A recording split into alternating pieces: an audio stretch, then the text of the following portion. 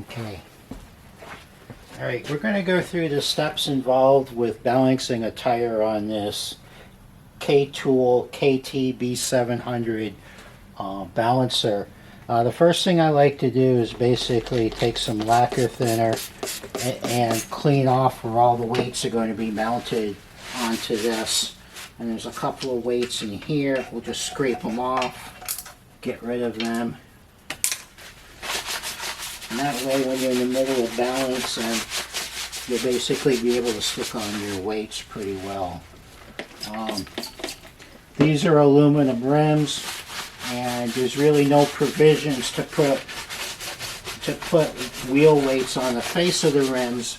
So what we're going to do is there's different approaches, but on these rims we're going to balance them, and I'll show you how to set the wheel balancer up to do this, to put the weights on the inside surface, and then we'll put it on the back lip. So these will be our two balance points.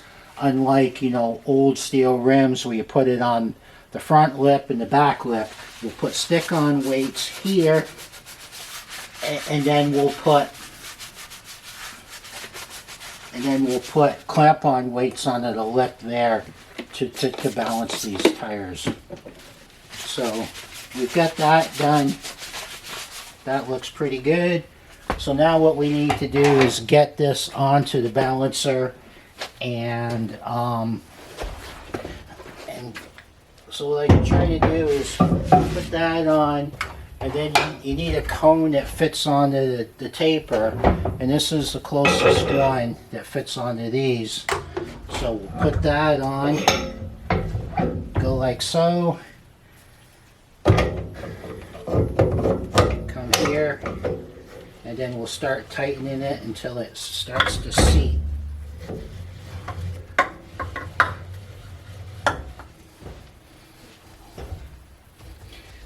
I kind of rotate it. So there. So your tire is now fastened. So now we're pretty much okay to start balancing tires. So now what we'll do is we'll start setting up the machine, and I'll kind of show you how to do that. First thing we need to do is turn it on. Okay. And then that's kind of active and everything.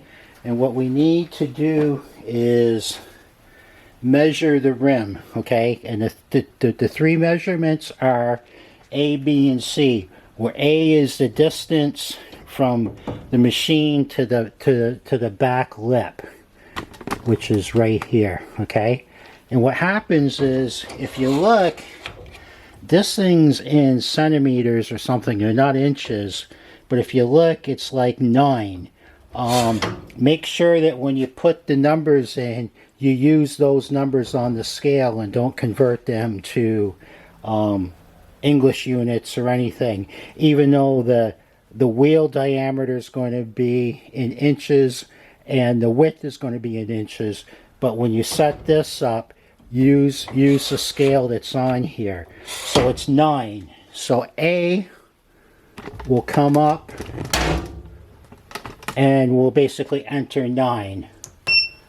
8, 8.5, 9. Okay? So that's that back spacing. So next we need to measure the diameter of the wheel. So now we'll come over here and measure the diameter of the wheel. We'll come from lip to lip, and we get a measurement of 8.5. Okay, so now B will be 8.5 over here. Okay,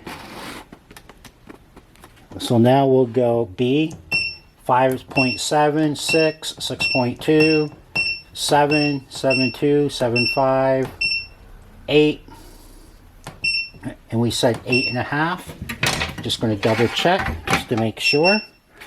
So I'll set the,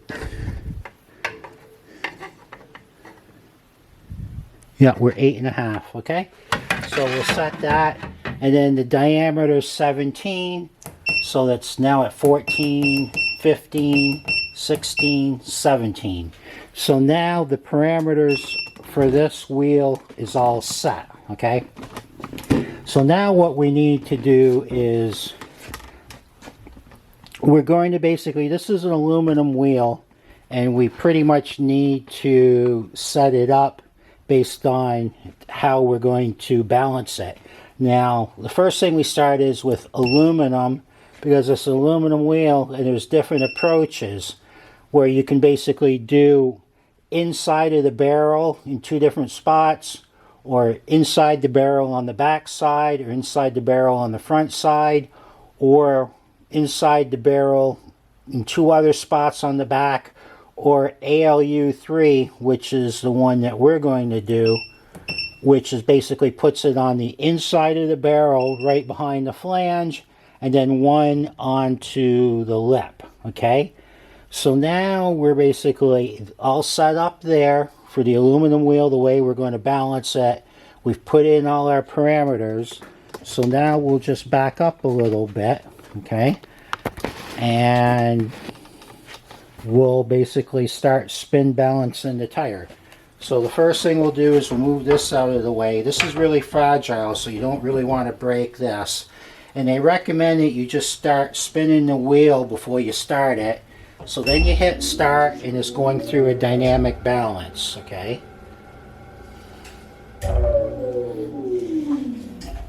And so what they're telling me is, if you look at the display, they're saying that on the lip I really don't need anything, but onto that inside of the barrel I need 1.75 ounces, okay? The machine's set up in ounces. You can set it up in the grams.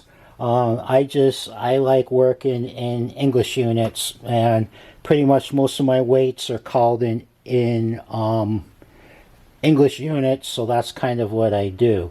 So this is where it gets a little tricky, is there's usually, traditionally, when you balance a wheel, what you do is you move it until all of these lights light up, okay?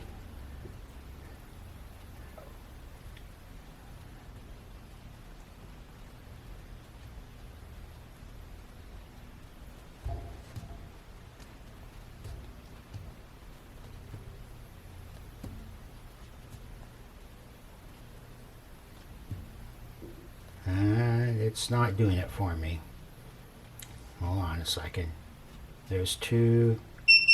Oh, there we go. There it is. Okay. So traditionally, what I found, and this is to be careful of, is when you're doing a steel wheel or whatever with a normal balancing, what you try to do is you put your weights up on the 12 o'clock position, okay? But with the aluminum wheels, when you're putting it on the barrel, you need to put the weights down inside on the 6 o'clock position. Don't ask me why. I think probably they figured it's easier to get the weights in place here. But if you're doing an aluminum wheel and a steel wheel and you're putting a weight onto the lip, the weight needs to go up at that 12 o'clock position. So if I needed a weight onto the lip, I would actually get the heavy point where all the LED lights are lit up, and I would put my weight right onto that lip. But because it's the barrel on the inside here, I need to basically put the weights in on the barrel. So I'm going to get 1.75 ounces of weight, and then we'll put it in the barrel, and we'll run it again.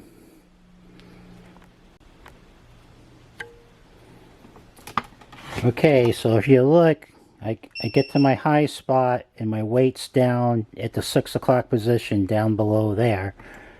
And what we'll do is we'll spin it again, and we'll see where our results are. So we start spinning it, and hit start.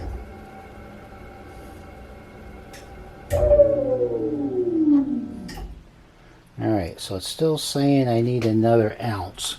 So what we'll do is we'll look at where that high spot is. And that's just opposite. So let's try pulling some of the weight off and see what happens.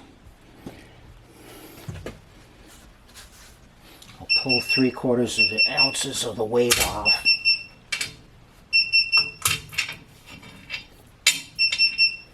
Alright, so let's see what we got.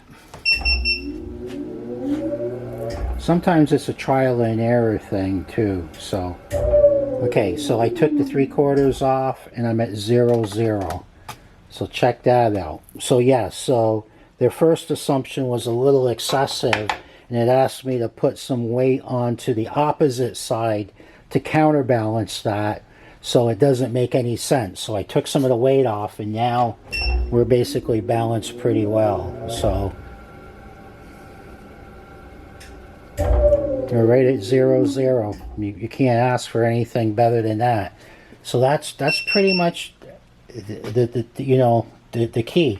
The biggest thing is, I'm going to repeat myself again, is if you're doing an aluminum wheel, and if you're basically doing these where you're actually putting weights onto the barrel, you need to put them down in the 6 o'clock position.